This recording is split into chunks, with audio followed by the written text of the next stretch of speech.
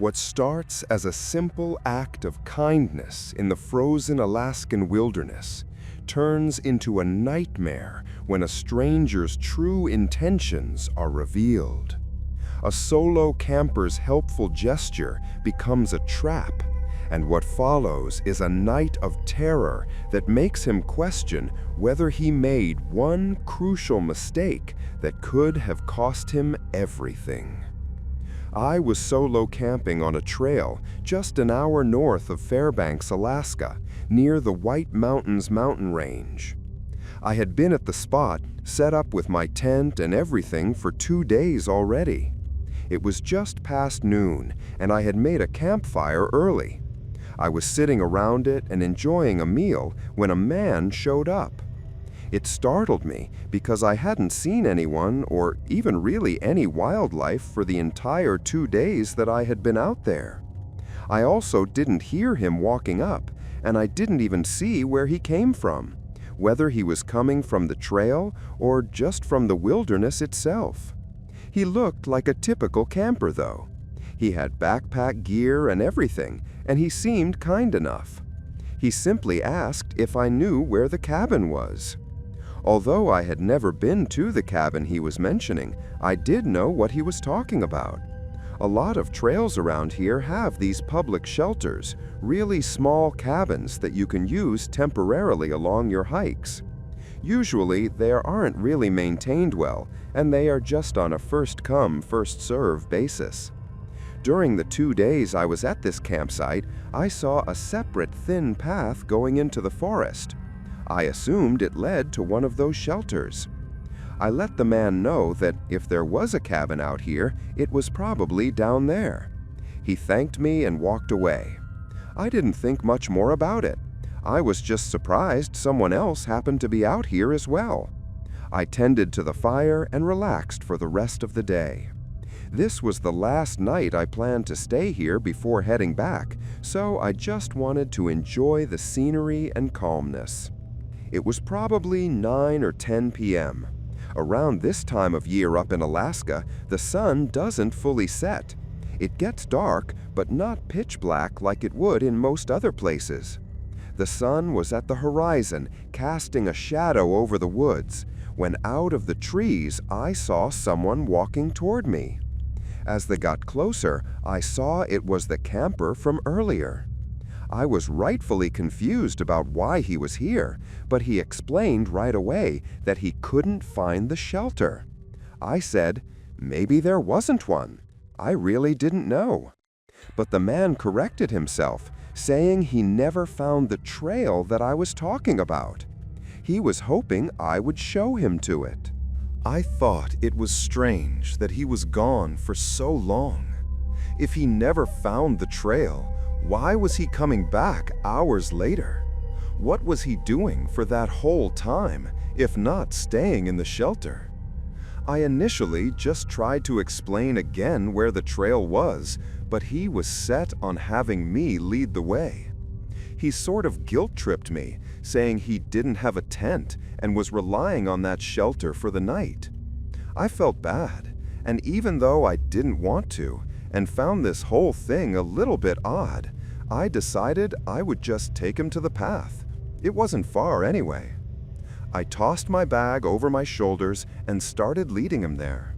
Where I was sure I had seen it was maybe a 10-minute walk through the forest. The whole walk there, the guy was pretty quiet. We both just walked without talking much. It felt like something had changed. 10 minutes later, though, I found the trail. It was exactly where I said it was. There was no way he could have missed it. And even weirder, I could actually see the shelter far down toward the end of it. Sure, it was far and trees were blocking a good portion of it, but there was just no way he didn't find it from the directions I had given him. We walked a little closer, but the man didn't seem satisfied. I was expecting a thank you or something, but instead, he said this wasn't the right cabin. I didn't know what he meant. We kept walking, pretty much going right up to the cabin. It definitely didn't look in good shape, but that is always the risk you take with these sorts of public shelters. You really should never rely on them. This one looked worse than most, with broken windows, moldy wood, and it just looked overall like it had been deserted for years. I realized, as I was looking at it, that the man had gone quiet. I turned around. He had stopped walking, standing maybe 10 feet from me and holding out a knife. His face was stiff and his eyes had a dead stare. He told me in a monotone and emotionless voice to go in. I tried to ask what the hell he was doing, but he told me again, without answering, to go inside the cabin. My adrenaline was flowing.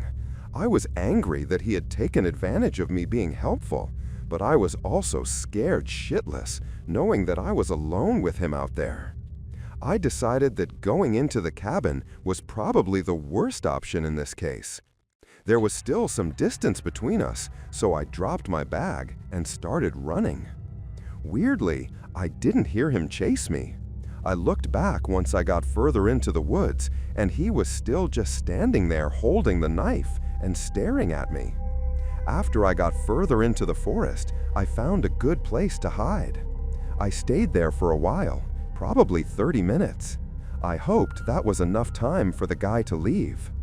Then, in the cover of the dark, I quietly moved through the trees and back to where the shelter was.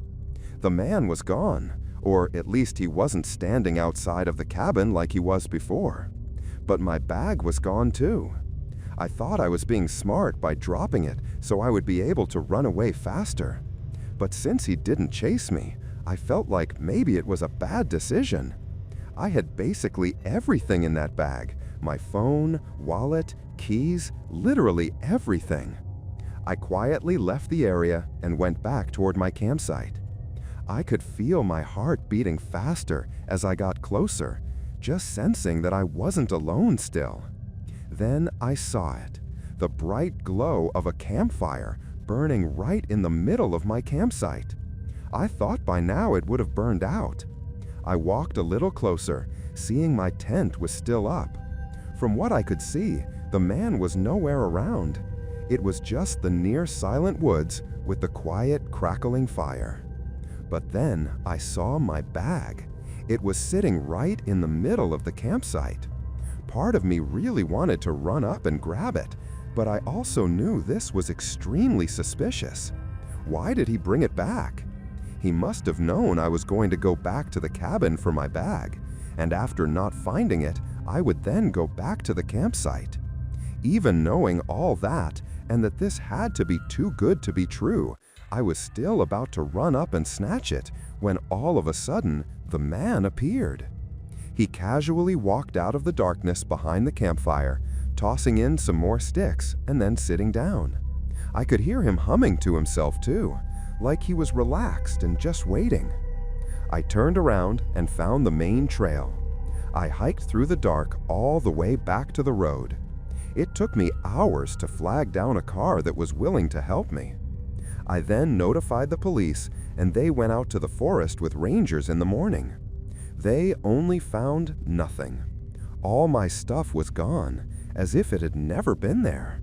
Even the stones from the campfire were moved and thrown back into the forest, like they were trying to cover up that it was ever even a campsite. The rangers also informed me that the cabin out there was discontinued, which meant that no rangers were taking care of it or servicing it anymore. That encounter had me really uneasy for a long time. I couldn't trust anyone.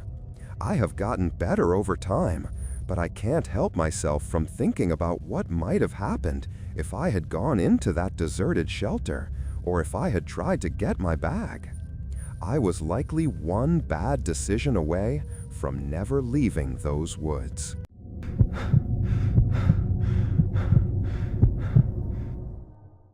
What begins as a relaxing camping trip with a childhood friend transforms into a terrifying encounter in the Maine wilderness.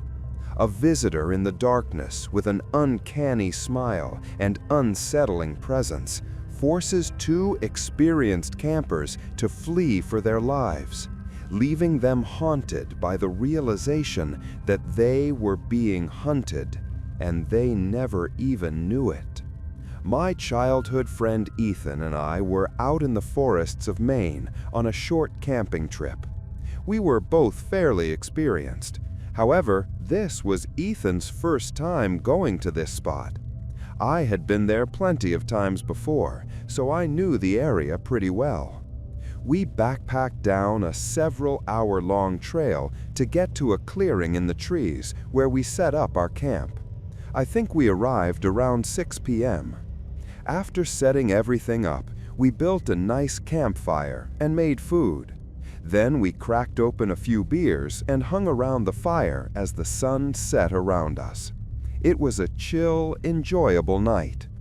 Around 2 hours into the night, though, we both heard what we thought was something moving around just outside of our campsite, in the darkness past what our campfire was lighting up. We looked and saw nothing. For the rest of the night, we heard nothing else. We thought it was probably just a small animal scurrying away. Honestly, if nothing else had happened, I never would have remembered it or thought about it again. That is how insignificant it seemed in the moment. If you are unfamiliar with camping, it might seem strange, but being out here all the time, those kinds of noises happen a lot and are almost always nothing to worry about. Once we had our couple of drinks and started getting tired, we called it a night. We poured out the fire, then got in our tents and fell asleep.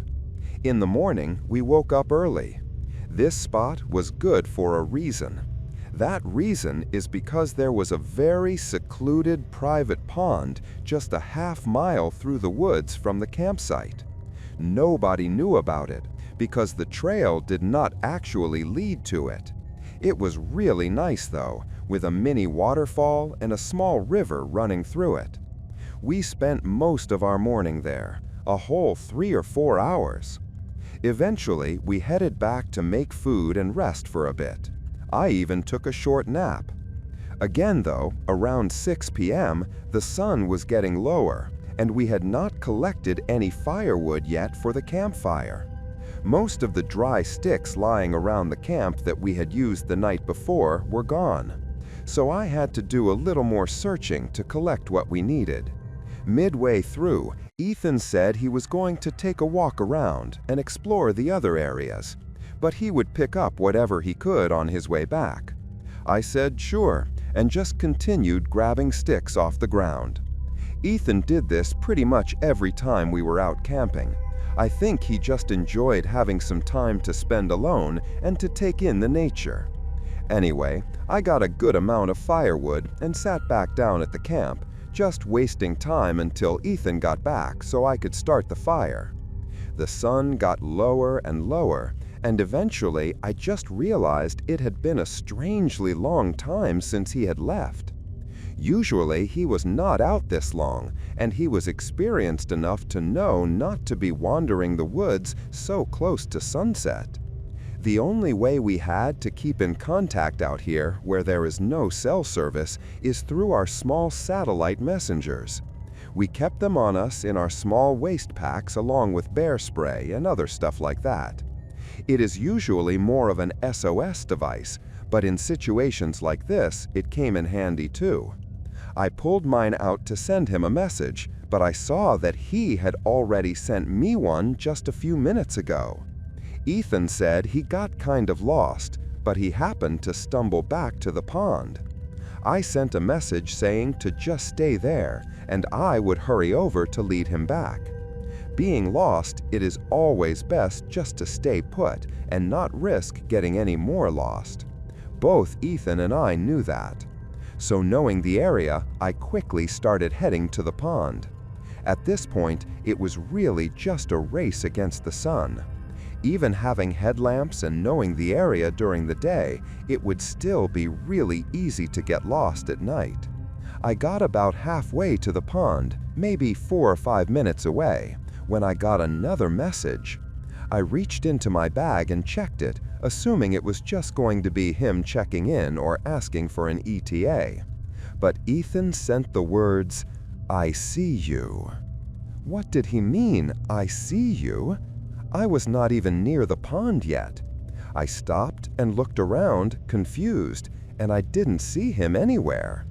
I said I was not there yet and didn't see him. Slightly worried, I started moving faster, basically running to the pond. I got there quickly, running up to the tree line before the water. Ethan was not there. From where I was, I could see the whole tree line around the pond, and he was not anywhere around.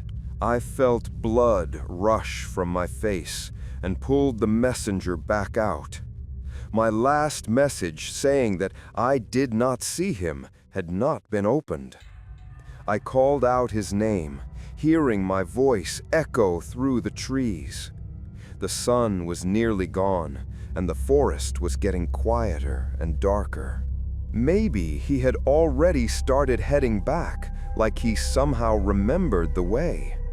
I did not know why he would, but where else would he be? With the daylight practically gone, I knew it was safest for me to head back and figure things out from the camp. I had not started the fire yet, so if I waited too long, I would never be able to find the campsite in the dark. I began walking, feeling uneasy as I moved through the trees and felt the woods get darker and darker.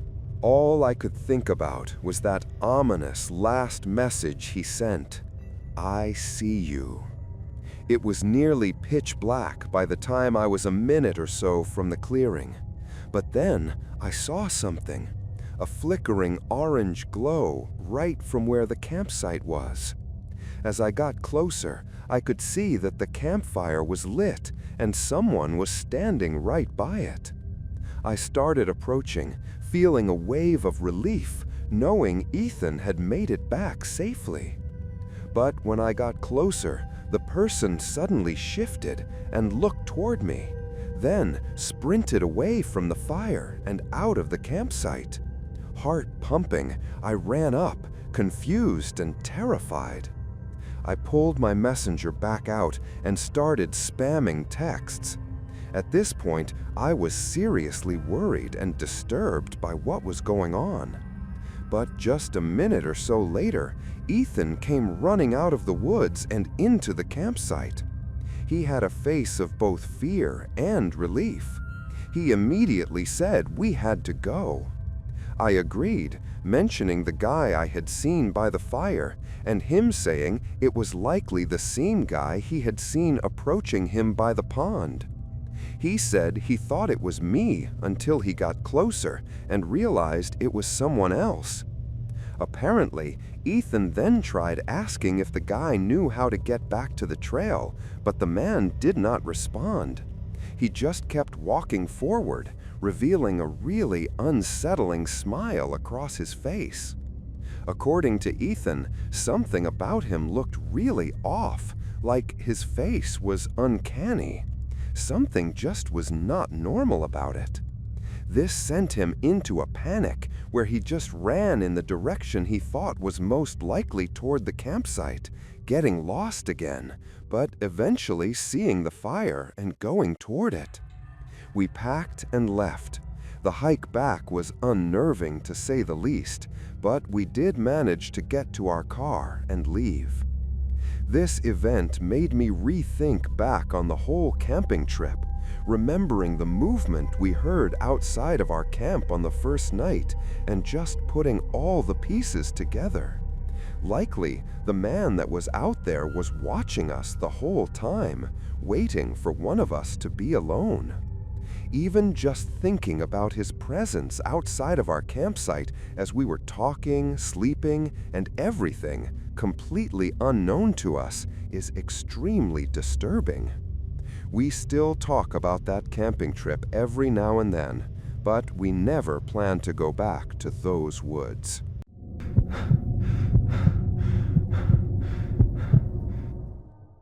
A solo camper in a quiet forest discovers something deeply wrong when an old speaker begins playing classical music in the middle of nowhere. What starts as a curious mystery quickly becomes a terrifying game of cat and mouse, where someone or something is systematically hunting them through the darkness, leaving behind a chilling trail of stolen belongings and psychological torment. This was in 2016, but I remember every detail of that night as if it had just happened. I go out in the woods just south of the town I live in pretty frequently, at least 4 or 5 times a year. This weekend, I kinda just had that urge to get out and have some time alone. So I quickly filled my backpack and drove down to my favorite trail. I honestly do not know if it was even an actual trail that was marked on maps. Nobody was ever hiking it or camping on it, so I am really not sure if it was well known. I parked on the side of the road near the trees, got my bag out, and hiked for 2 hours to the end.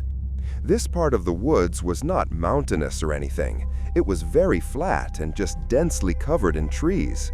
Great for a chill 1 or 2 day camping trip, but definitely nothing more than that, as it can get kinda boring.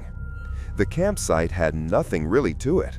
There were a few hours until sunset, so I took my time getting everything perfect and starting the campfire. I relaxed and ate some trail mix, just enjoying the warm fire and birds chirping. When the sun got lower, I tossed more sticks in. I always found it interesting how quickly the forest goes from being so alive to almost instantly getting quiet once the sun sets. I sat there and listened to the quietness for only about 25 minutes after dark before a strange sound interrupted the silence. It was music. It was coming from the distance, pretty far away, and it sounded like some old classical song. It almost sounded like an old record player. I stood up and looked in the direction it was coming from. Was there another campsite nearby? Maybe it was a group just casually playing some music, albeit really loudly. I stayed at my campsite and just listened for a while. It had to be 30 minutes at least. But what was so odd and honestly kind of eerie was that the song never changed. It was the same classical song on repeat, filling the void of the silent woods.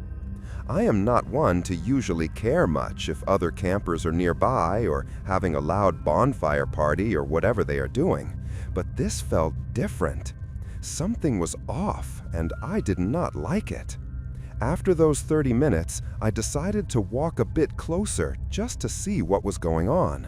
I did not want to creep on anyone, but I just wanted to make sure it was nothing weird so I would be able to sleep tonight. I grabbed my flashlight and started walking toward the sound. I felt like I was walking pretty far, which made it even weirder that I could hear it from so far away.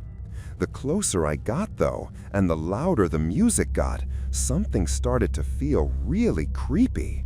I could tell I had goosebumps and my heart was beating a little faster.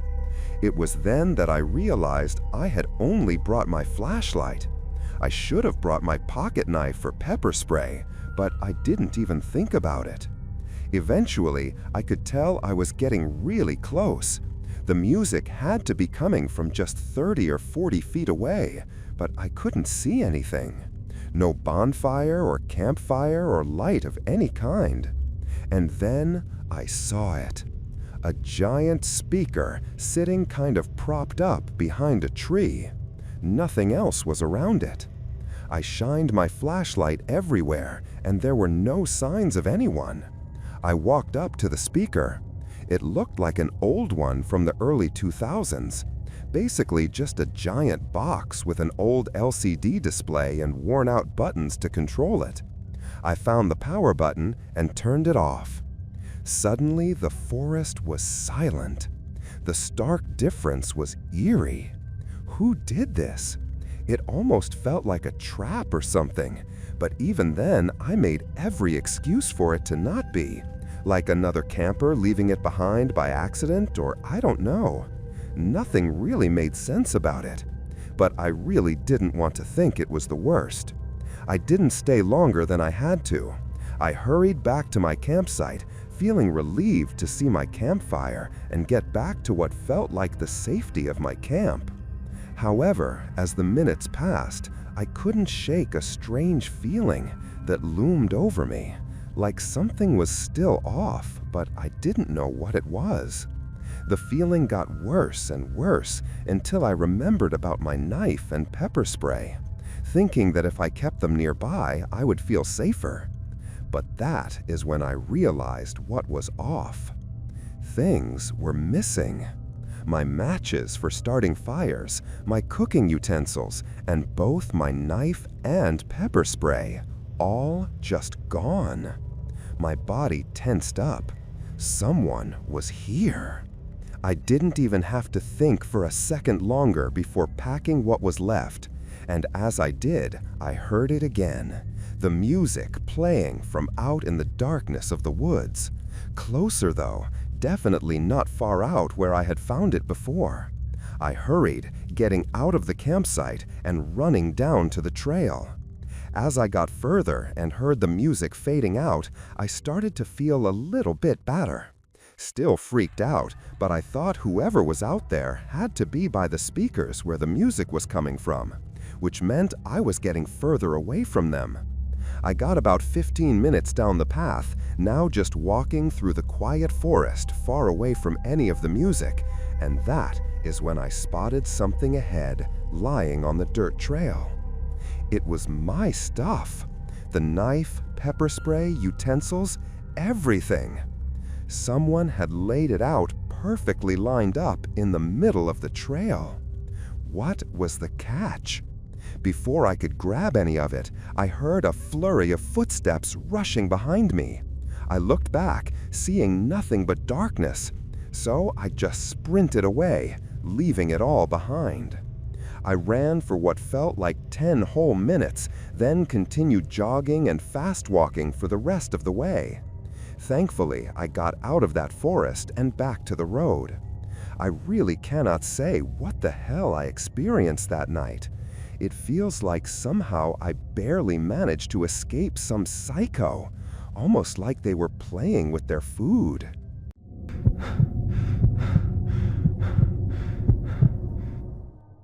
In the remote wilderness of Upper Idaho, a solo camper's peaceful night takes a terrifying turn when a desperate stranger stumbles into his campsite and begins asking deeply unsettling questions.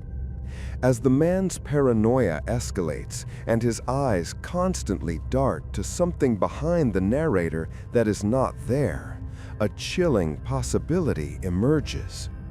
Is this man running from something real, or has he lost his grip on reality? And more importantly, is the narrator now in danger from whatever or whoever he might be fleeing? This happened to me almost 8 years ago, and I have never stopped thinking about it. I was in my early 20s at the time and was camping out in the wilderness of Upper Idaho. I would not say I was an experienced camper yet, but I did go out pretty frequently on long hikes and knew the basics of camping. Also, in that territory, there was a lot of wildlife, including black bears and grizzly bears, so being prepared was a must, which deterred a lot of casual hikers and campers. Not many people live up there either, and you would only see the occasional tourist also hiking a trail. Most of the campsites in Upper Idaho are not very crowded. That being said, although admittedly unnecessary, I tried to stay away from those tourist-type spots and stick to lesser-known trails. For this trip, I had chosen one that was just outside of the big mountain range that was well known. This trail just went through the forest and along the hills bordering the mountain, leading to a nice open spot with views of the mountain range. The nearest trail I knew of was 3 miles away that led to a small lake, which I assumed might have a couple of other people, so that is why I skipped it. I was right though. My whole hike there, nobody else was around. The trail seemed basically unused, and when I got to the campground, it was open and empty. I set up my tent on the far side and found some big stones to build a fire pit with. I think I had 2 or 3 hours of daylight left, so I was not planning on doing much for the rest of the day. Just sit around the campsite and think about my plans for tomorrow.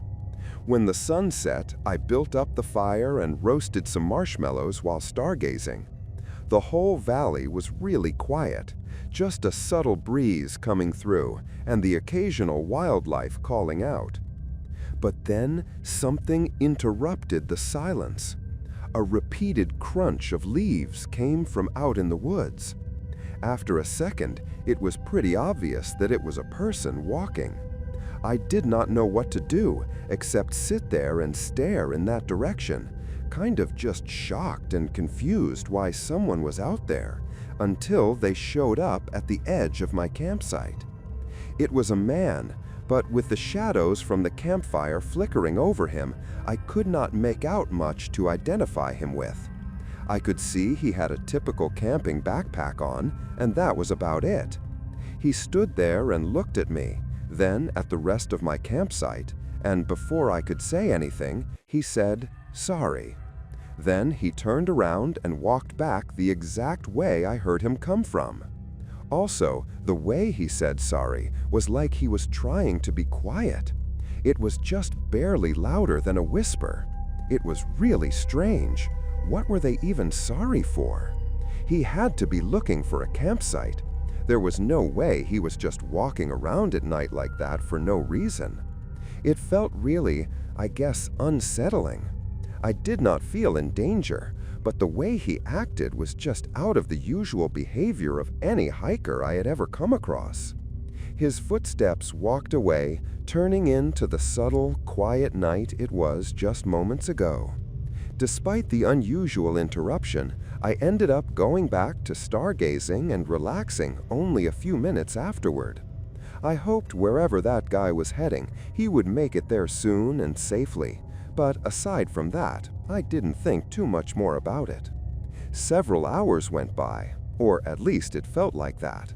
Clouds started to roll in, blocking out the moon and stars and casting a shadow over the entire forest. I wasn't exactly tired or ready to sleep yet, so I sat along the campfire and hoped I would eventually get bored and sleepy enough to call it a night. But then I heard footsteps again. They were more rushed this time, almost like panicked footsteps running through the woods in the exact same place the man came from earlier in the night. I stood up, getting worried as they approached. Then he came into the light. I could tell by the backpack and his general figure that it was the same hiker from before. He walked further up this time, enough for me to see him better. He had a medium, scruffy beard and oily black hair, along with some signs of distress on his clothes, as well as dirt scuffed over his face. His eyes were wide, like he was scared, yet his mouth was straight and emotionless. "Is everything okay?" I asked. "You probably should have made it to your campsite by now. It is pretty late." The man stood there catching his breath, but keeping on guard. His eyes looked over my right shoulder for a second, then back at me. "Are you lost? Maybe I can help," I said. He then muttered no under his breath, saying he was just hiking out in the woods and did not mean to bother me. He spoke slowly though, and the whole time his eyes were constantly shifting to something on the right side of me. He would only look for a split second, then his eyes would lock back onto me. Listen, you look pretty nervous. I can help. Maybe send a radio message for you or whatever you need," I said. He seemed to ignore what I said, but he then suddenly locked his eyes on me more intently than before. "You are camping here right now. Why?" he asked. The way he asked it was really unsettling. His eyes darted to my right again, and I could not resist the urge to look over my shoulder. Empty, dark woods. I saw nothing. I was getting really creeped out now and was not sure how much more I wanted to talk to this guy, let alone try to help him with whatever was going on. Then he asked something even more creepy. "Is it just you here? Are you alone? Where are the others?" he asked. Taken aback by the question, I hesitated to respond right away. And before I could even answer, he spoke again. "Have you been following me?" he asked. Something was off. His manner was changing, and he was tensing up. I said no, and that I did not know what he was talking about. But then his eyes shifted onto something over my shoulder again. However, this time they did not shift back to me. His wide, hollow eyes were locked onto something. He asked one last question. Then, "Why are you with her?" he asked. I instantly turned around and looked over my right shoulder, but my eyes fell on nothing, still just empty dark woods. I looked back at the man. His face fell into terror, still staring beyond me, before he suddenly broke out into a sprint, running deeper into the woods. Within seconds, he was past all the lights and completely gone. The direction he ran was nowhere near the trail or really anything at all. My heart was still racing though. I was looking all around, especially behind me, trying to figure out what the hell that guy was talking about and what he was seeing. In those brief moments after he asked, "Then why are you with her?" I thought I had connected everything. That this man was being followed by some woman or a group in the woods. And when I looked over my shoulder, I fully expected to see her standing behind me, deranged and terrifying. But now I did not know what to believe. I was scared shitless though, and I was absolutely not staying any longer. I gathered up everything and started moving. Even though I saw the guy running in the other direction from the trail, I was still on edge the entire walk. Every slight noise had me startled and expecting to see some woman following me, or whoever the hell he was talking about. But I never did. I made it to my car and left. The following morning, I decided to put in a note with the police station near me about the guy out there, because with more time to think about it, I was pretty worried about him. While I don't have an exact explanation for what went on that night, I can provide a decent theory for the situation after consulting dozens of people over the years. The most likely and tragic explanation is that the man may have gotten lost and been out there for a very long time, probably becoming extremely hungry and dehydrated to the point of near insanity, thinking something or someone was following him through the woods at night. Unfortunately, with him not being in the right state of mind, he did not know help when he saw it. When he found me, he was probably too paranoid to know that I could have saved him, giving him food and water and letting him out of the woods. He might have been so out of it that he did not even know he was lost anymore, and was too caught up in the paranoia of whoever he thought was following him. While this is the most probable cause of the man's behavior and what happened that night, there is still no saying if it is actually true. There is a chance he really was being followed and was not sure whether or not I was just another stalker, part of the group, and did not trust me. If that was the case, then him freaking me out that night likely saved my life from whoever else was out there. However, we probably will never know for sure. The man was never found or spotted since, so unfortunately, it seems he never made it out of the woods.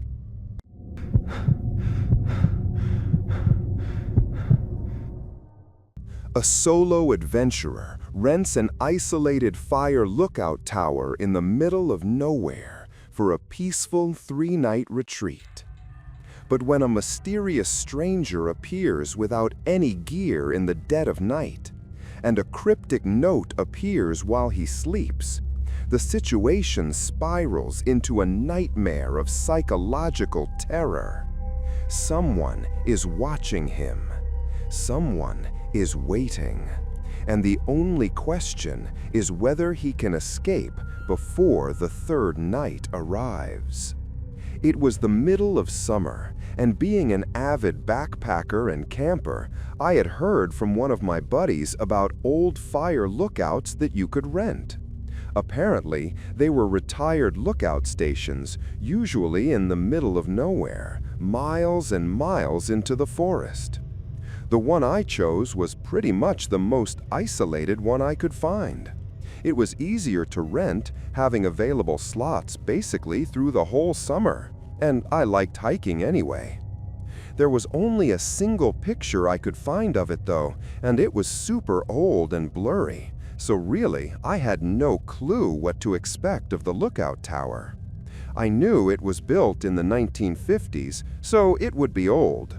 But as far as how much restoration was done to it, I was going in blind. I brought my usual backpacking gear and started the hike at 9 a.m. There was not much out there as far as views go, not for the first few hours. It was just very dense, harsh forest terrain. The trail was not even much of a trail anymore, just a very rough path. After 5 hours, though, I finally got a glimpse of the lookout tower. It was far in the distance still, sitting at the top of a mountain. It looked very small, and was not one that was high up on stilts. It looked more like a cabin than anything, maybe raised up 10 to 15 feet. There was another hour of trekking before I actually got there. The hike was definitely worth it just for the view alone. It felt like I could see the whole world from there. The fire lookout was in rough shape, however, very noticeably old, with some patchwork here and there done to certain parts. It had a wraparound staircase of 20 or so steps leading up to the walkway that went around the whole lookout, and the inside was entirely empty. It was not glamorous, but honestly, it could have been worse. And to have this view, I would take it any day. With a few hours of sunlight left, I tossed my bag down, made some food, and relaxed on the outer ledge. It was real quiet up there, just the sound of birds and wind. I was pretty beat from the hike up, so after the sun fell past the horizon, I threw my sleeping stuff on the wooden floorboards and laid down. It was only around 8 p.m., so even though I was exhausted, I couldn't quite fall asleep as fast as I wanted. I think 30 to 40 minutes went by. Then I thought I heard something outside the lookout tower. Before I could even get up and look, there were clear footsteps coming up the stairs. I hurried out of my sleeping bag and up to the door, which notably had no locks on it. A few seconds later, a man came around the corner. He was older, say late 40s, and had longish blonde hair. Somehow he was not startled when he saw me, almost like he knew I was already up here. "Great place to stay a few nights, is not it?" he said, grinning and walking up closer to me. I agreed, still a little nervous, and mentioned I had booked it for the next 3 nights. I was already a little put off, though, because I knew there was nothing else around here, so him being here while I was also here was really strange. I asked if he was camping around here. "Actually, I was hoping to be staying here tonight," he said. I was not sure how to respond to that, but I ended up just saying sorry. "Well, it looks like you've got enough room in there. I mean, it's just you here, right?" he asked.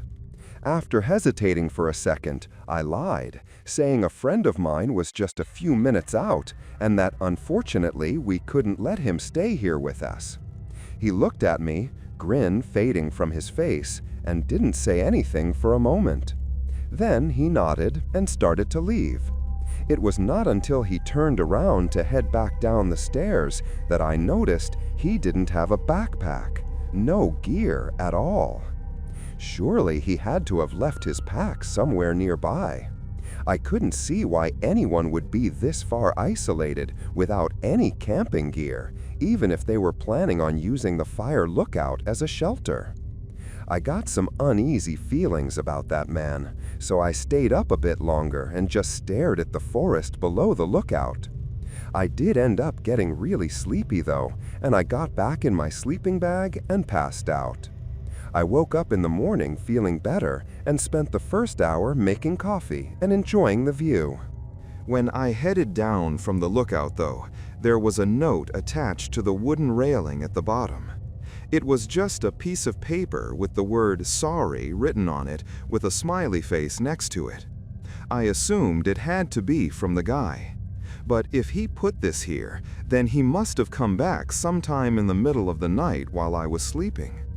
I immediately felt really unsettled just thinking about it. The fact he even left a note was just weird. Despite the strange occurrence, I decided to go for a walk. Maybe it was to also scan the area for any signs of the man still being around, because clearly he did not leave when he should have. I wandered around the forest down the hill from the fire lookout. There was not much to see though. It was all the same dense forest that I had hiked up through the previous day, and I did not notice any campsites or things left behind. I went back to the lookout and enjoyed the peace and quiet for the rest of the day. I stayed up much later than I did the night before. I had this small battery-powered lantern that I hung up on the wall so I could see a little better, and I just sort of existed.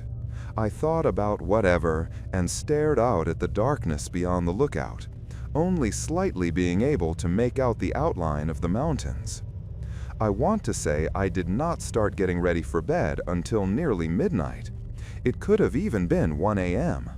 I set out my stuff, then grabbed my lantern and headed down the steps to the forest to take a leak real quick before bed. I walked up just to the edge of the tree line, but as I got there, I saw something move in front of me. Just a glimpse of something shift out of the dim light from my lantern. I froze for a second, then held it up further forward, although it did not help much. "Someone there," I called out. The silence that followed my voice made things even more eerie. I basically ran back to the lookout. It did not feel much safer in there though.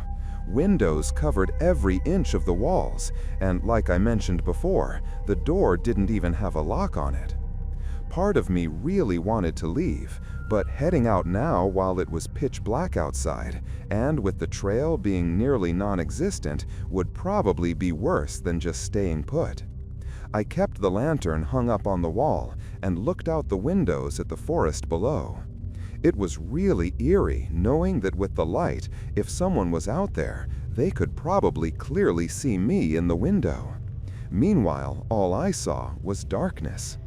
I could see the bottom of the stairs though, so that is what I was focusing on, making sure nobody tried to come up. The longer I stayed there watching, the more this sense of unease started to fill my body. I did not know what I was going to do, but I decided to pack up my stuff. At least then I could make a run for it if I had to. As I stuffed my backpack, I would stop every 30 seconds and go back up to the window to look out at the stairs, then continue packing, repeating this over and over until I finally got everything in my bag and ready to go. I set it up against the wall, then went back to the window. There was a man at the bottom of the stairs. He was standing right at the first step, staring at it like he was just waiting there. I could only see part of him through all the railings, but I was sure it was the same man from yesterday. He had no backpack on and looked about the same height. I was beyond terrified. Why was he back? And why was he just standing there motionless at the bottom of the steps? What if he decided to come up again? Everything was making my mind race. I must have been at the window watching him for 2 whole minutes before the man finally moved. He took a couple steps back, pausing for a moment, then walked off. The way he went, though, was blocked off from me by the walkway, so I lost sight of him. And if he did keep walking in that direction toward the forest, it was too dark for me to tell. In the moment, I felt sure the man was stalking me, or at least keeping watch of me and creeping up too close for comfort, especially in the middle of the night. It could have just been my gut telling me something, but I felt like if I stayed any longer, something really bad would happen.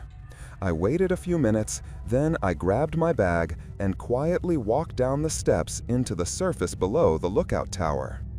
I cannot even describe how unnerved I was walking away from the tower and into the dark forest, knowing there was a chance the guy was still watching me, impossibly following me into the trees.